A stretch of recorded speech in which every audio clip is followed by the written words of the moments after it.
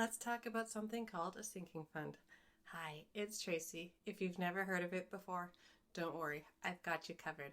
I'm going to explain what it is, give you examples, and then show you how you can use this system in your budget to make it even better. What is a sinking fund? Well, starting at the absolute basics, a sinking fund is basically setting aside some money for a big purchase that you know is coming, but is not part of your regular budget. It's kind of like a savings account with a very specific purpose.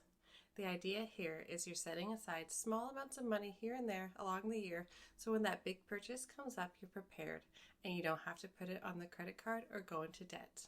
So unlike the emergency fund, which is for unexpected events, sinking funds are for planned expenses that you know will occur but may not happen every month. Basically, instead of rapidly saving, sinking funds are all about consistently saving for that goal over a much longer period of time. For example, most people start rapidly saving for Christmas in November. But what if you started to save in February or July at a much smaller and slower pace? Therefore, you're minimizing the stress of a large purchase with smaller long-term saving goals. So what I love about these sinking funds are they kind of empower you to achieve your financial goals without disrupting your budget or your lifestyle. And now that you know what sinking funds are, let's quickly talk about some examples. Now, every budget is different, and lots of people have different categories or examples. Basically, everybody's life looks different, so sinking funds end up being real personal to you. But some examples can include new tires for your car, Christmas gifts, vet bills, birthday parties, wedding expenses, vacations, home repairs. For me, I have sinking funds for my car because I like to prepay things like my yearly car insurance up front. Basically, anything that I pay annually, I like to create a sinking fund for. I also have one for travel because I like to take 2 international trips a year and some small local trips in the summer. So how to start that sinking fund? Well, starting a sinking fund is really simple. First, you need to think about your financial goals or any upcoming expenses that require saving. I like to think more than 1 year in advance, but your timeline is completely up to you. And next, you need to determine how much money you'll need and when you need it by. So divide that amount by the number of months until the deadline to calculate your monthly saving goal. For example, if you need $1,200 for new tires and you want to save over a 6-month period, then you'll have to save $200 a month. Or if your cat hasn't been feeling well and the vet says a surgery is going to be required in the next 4 to 6 months, the vet estimates that cost is going to be around $2,000. For this sinking fund, the best idea will be saving $500 a month, as that surgery might come in the 4 months and not the 6. Where to keep your sinking fund? Awesome, you've come up with some categories and maybe you've already started saving. So the next question is, where are you going to keep your sinking fund?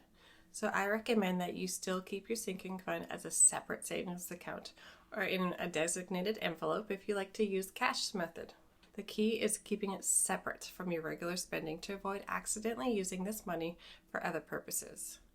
I keep mine in a separate savings account, and my bank lets me name my account, so basically I can physically write new tires or something so it's not confusing.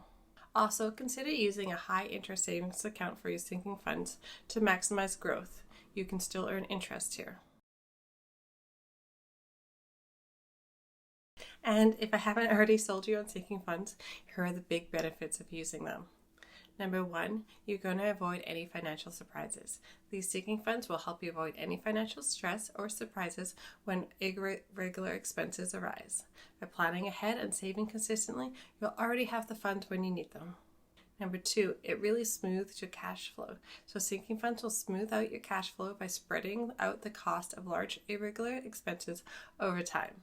So this is going to prevent budget strains in months when multiple expenses might occur. And number 3, it reduces your reliance on credit. Having these funds set aside for planned expenses reduces the need to rely on those credit cards or loans to cover the unexpected costs. So this is really promoting great financial stability, and it reduces debt. Number 4, it encourages financial discipline.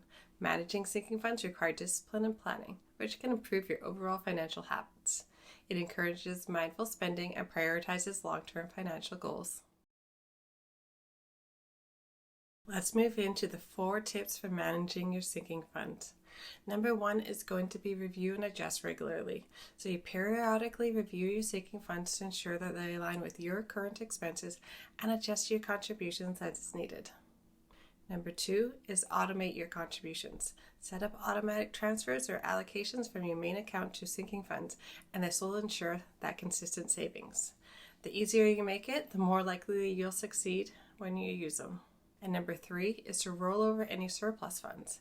If you don't use the full amount in your sinking fund during a particular period, roll that surplus to cover future expenses or add it to another financial goal.